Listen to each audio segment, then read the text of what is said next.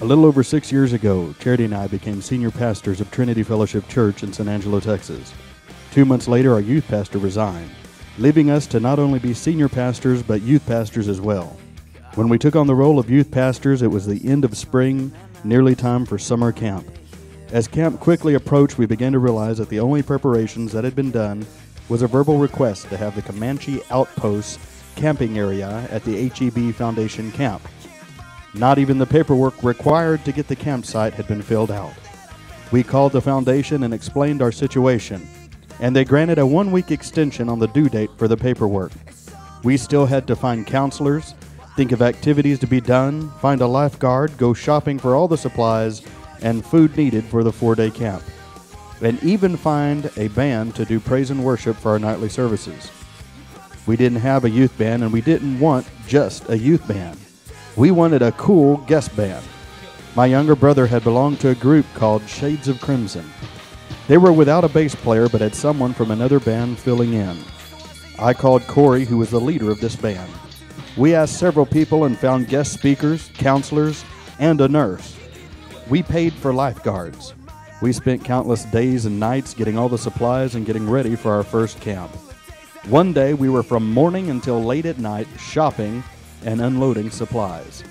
I can remember driving around town one night about midnight telling Charity what the activities would be and at what time.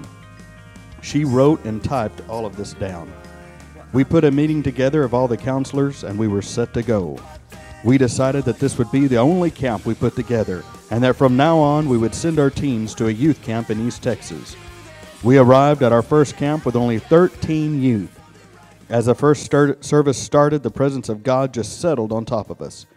After the service, I realized this was something we would be doing again. At some point, I remember looking at Charity and saying, we have to keep doing this. In 2007, we doubled in size.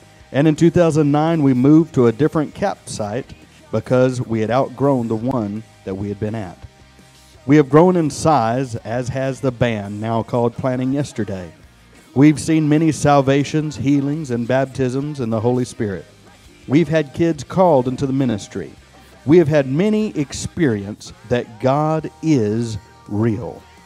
Today, 6 years later, we have represented here today youth from 3 different churches in 3 different cities. We've had several guest speakers, different counselors, and different youth, but one thing is always the same. The presence of God is still wanting to save, bless, change, revive, set on fire, get close to, and have a relationship with this generation. After much prayer and fasting and many countless meetings, get ready. You're about to be blown away at HEB Camp 2011.